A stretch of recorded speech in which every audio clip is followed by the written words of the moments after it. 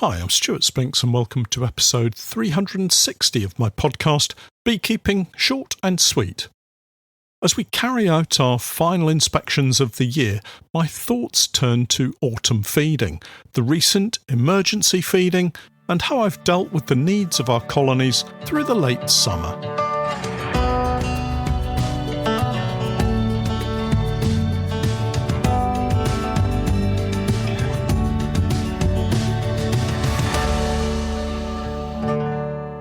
Beekeeping Short and Sweet, a beekeeping podcast for the inquisitive beekeeper with a short attention span. A beekeeper, in fact, just like me. This week's podcast is brought to you, in part, by High Five Multi-Guard.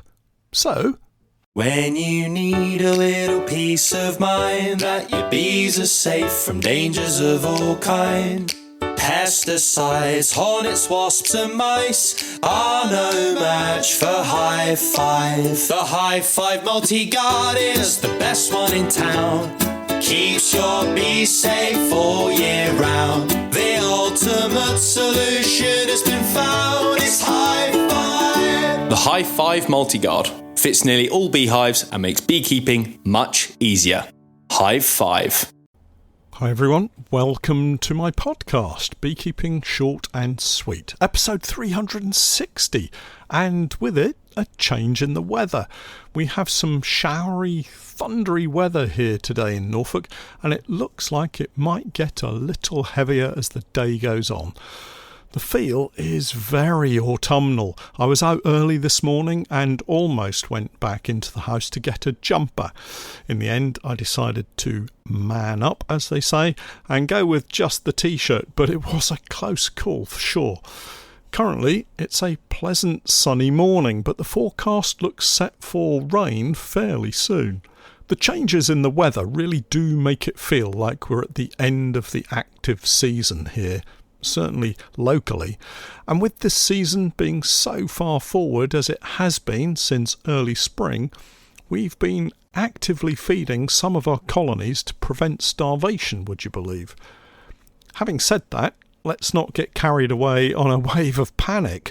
We currently have something around 100 colonies in various guises, full-sized honey production colonies down to 3-frame nucleus colonies. Of these, I would say only 3 have been fed because of starvation issues. I'm going to talk you through our current setup in terms of if, where and why I'm feeding, so that you can see there's no real need to dash out with buckets of syrup sloshing everywhere unless you really have to. So let's start with our nukes. We have a large number of nukes this year, and I've explained over the summer the reasons behind this. But in case you missed that podcast, the nukes are a result of increased sales of nucleus colonies through thorn beehives in Lincolnshire. Just to add, if you're after a quality nuke for next spring, give them a call. Call early and book one of my nukes specifically. These are, of course, either 14x12 or Langstroth only. I don't have any standard national or other sizes. The other reason for the increased nuke colonies is we're back to building our numbers in order to produce more honey. Last year, as you'll recall, was a tricky year for me, and as a result, I reduced the number of colonies that I had. Having been given the all-clear this spring, I've not hesitated in getting the numbers back up again. So specifically, thinking first about these nukes and feeding. I've seen some really excellent growth in our nukes, housed in BS Honeybee's 14x12 poly nukes or our Honeypaw Langstroth poly nukes. These new colonies have developed really well, and the majority are now entering the autumn months with a full complement of drawn frames. The queens have been actively laying throughout the summer, and populations of adult workers in these colonies have been very good. Right now, though, colonies are in autumn and winter preparation mode. This means queens will be slowing down their egg production, and the quantity of eggs laid is falling rapidly to allow for the safe care of that brood through the autumn and winter months. This inevitably leaves empty cells in the outer frames. I noticed yesterday that the ivy has started to flower in some areas. This gives a really nice boost to colonies storing both nectar and pollen, but can be problematic for some colonies when it granulates hard in cells, which it does quite readily. Feeding these colonies now allows me to add some sugar stores in the form of fondant into these outer frames, so the ivy nectar doesn't dominate and the mix is far easier for the bees to utilise over the colder months. So feeding all of our nucleus colonies is ongoing and will remain so for most of September. This is happening in all of our apiaries where we have these nucleus colonies right now, but it's not emergency feeding. This is not a reaction to any emails sent out by the National Bee Unit. This is planned feeding with a specific purpose. On the topic of emails from the NBU, if you haven't signed up to their emails, it's a real must. You'll get notifications of both disease and these sporadic emergency feeding because of starvation emails. It's really useful to have that reminder. Thinking about colonies in full-size hives, we can split these into a couple of categories for us. The colonies that were honey production colonies over the summer months fall into one group, and colonies that have been moved from nuke boxes into full-size hives are the other group. Here we have two specifically different approaches, which are fairly obvious and practical, but which need adjusting accordingly. Let me explain. Thinking in terms of the smaller colonies that have been moved into full-size hives, these are the Honeypore Langstroth 10-frame polyhives. These populations are fundamentally smaller than the colonies in the honey production hives. They came from Honeypore nuke boxes, which would have been either a single nuke box, which would be just 4 frames, or in some cases we had those nucleus colonies on 2 nuke boxes, one above the other, doubling up the number of frames to 8. These colonies, having been moved into full-sized hives, were given, wherever possible, drawn brood frames, particularly the smaller 4-frame populations. Once I'd used all of the drawn comb, we inevitably had to switch to frames with foundation in them, but those were used in the larger 8-frame colonies.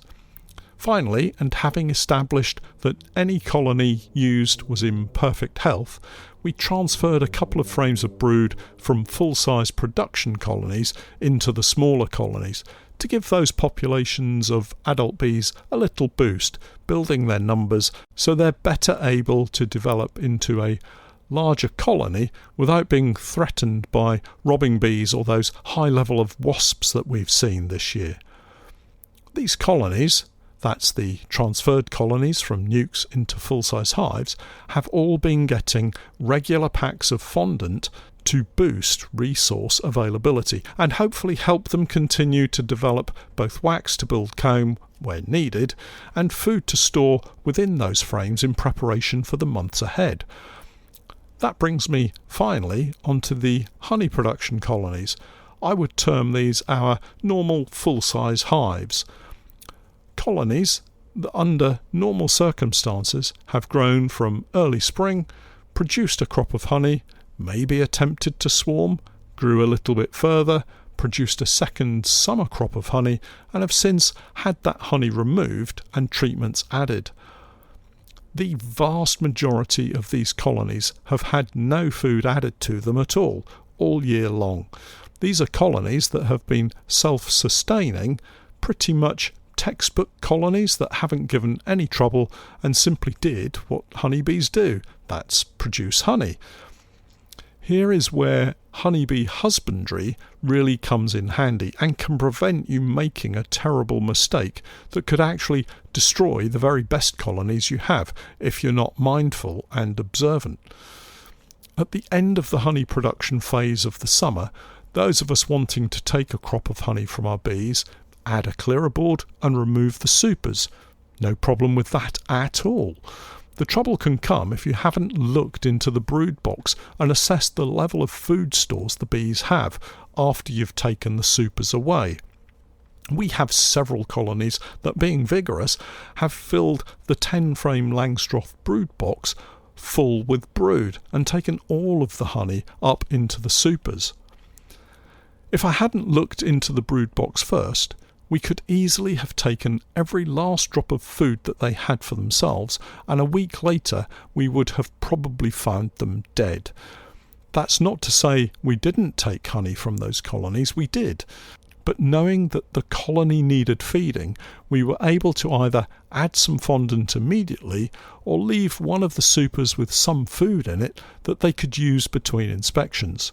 Following on from this, I think all of the colonies with very low food stores were left with a super. These supers will then be kept on the hive over winter, and we'll start feeding them next week to boost their reserves of food. So these few colonies that had supers left on them were the only ones that received what you might term emergency feeding. But even then, the colonies weren't actually starving, just quite short on food stores. And that brings up another regular question at this time of the year. How much food do I need to give my bees to get them through the winter? It's inevitably one of those how long is a piece of string type questions. Let me explain. I've been talking about my honeybees today, and I've talked about nucleus colonies and full-size colonies.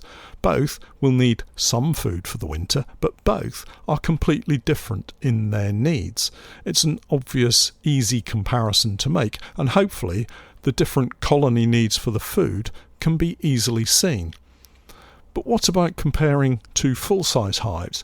Equal sizes, same hive types, queens from the same source. Even here, the colonies will have different needs. It may not be quite as dramatically different as comparing a nuke with a full-size hive, but they can still differ wildly. We had a colony a while back, some years ago actually, over at the fishing lakes. I like to refer to this one because they were so different to the rest. We had fed our bees into the winter. This was a large enough colony, they had plenty of food, and I was pretty confident they would be fine. I hefted them along with all of the others throughout the winter, and for this specific colony, the weight remained remarkably high. Eventually, I became concerned because there didn't seem to be any drop in weight, as you would expect with so many bees eating their stores. I had a look in the colony and found every frame still had food. The issue appeared to be that there weren't many bees left in there. This large colony had seemingly just diminished down to 2 seams of bees, having had a full brood box at the beginning of the winter. There didn't seem to be any disease issues, but I was worried they wouldn't survive. But survive they did, and after what appeared to be a slow start, they grew and grew and delivered a very nice summer honey crop. I guess they were just frugal bees. They simply didn't need all of the food that I had given them. More recently, I've had a large colony in one of our Langstroth hives, every square millimetre filled with sealed food stores. No additional feeding required. But hefting in December, I found them to be really light and, on inspection, completely out of food and on the brink of starvation. Eek and emergency fondant added, and they survived through to the spring. Here's the importance of hefting your bees through the winter. So you see, there's no set amount to feed that every colony should be given. That said, and to give a little bit of guidance, with any colonies requiring some form of feed, I would advocate something in the order of between 10 and 15 kilos of heavy sugar syrup through September and into early October. This is normally far more than they need, certainly enough to get colonies through. And of course, the trend these days seems to be adding fondant to absolutely everything from December onwards. This, I think, is more about beekeepers getting a good night's sleep than the bees requiring more food, in most cases. I'll talk more about feeding fondant over the winter and the implications of that in a later podcast. But honestly, for most colonies, it's really not necessary if the beekeeper has completed autumn feeding efficiently and on time. Finally today, I wanted to return to my honeybee integrated health management system for a final comment about how your actions in the honey room can impact on the health of your colonies in the apiary. I like to think it's fairly obvious, but that statement comes from years and years of getting things wrong and making mistakes, and with a little luck, learning from those mistakes. So here it is for what it's worth. You might be thinking, how on earth does what happens in the honey room affect your honeybees at the bottom of the garden or in your out apiary? Well, you've transported a number of supers from your hives back to base, and this might include supers that have come from colonies that are infected with some disease or pests. The worst outcome here is that the supers are extracted and go back onto colonies that are not the original colony that they were taken off, and so the spread of disease can easily happen. This is particularly the case when you put wet supers back on hives, because late in the season the bees are desperate to collect any food that they possibly can, so immediately go into the supers and take that food down into the brood box.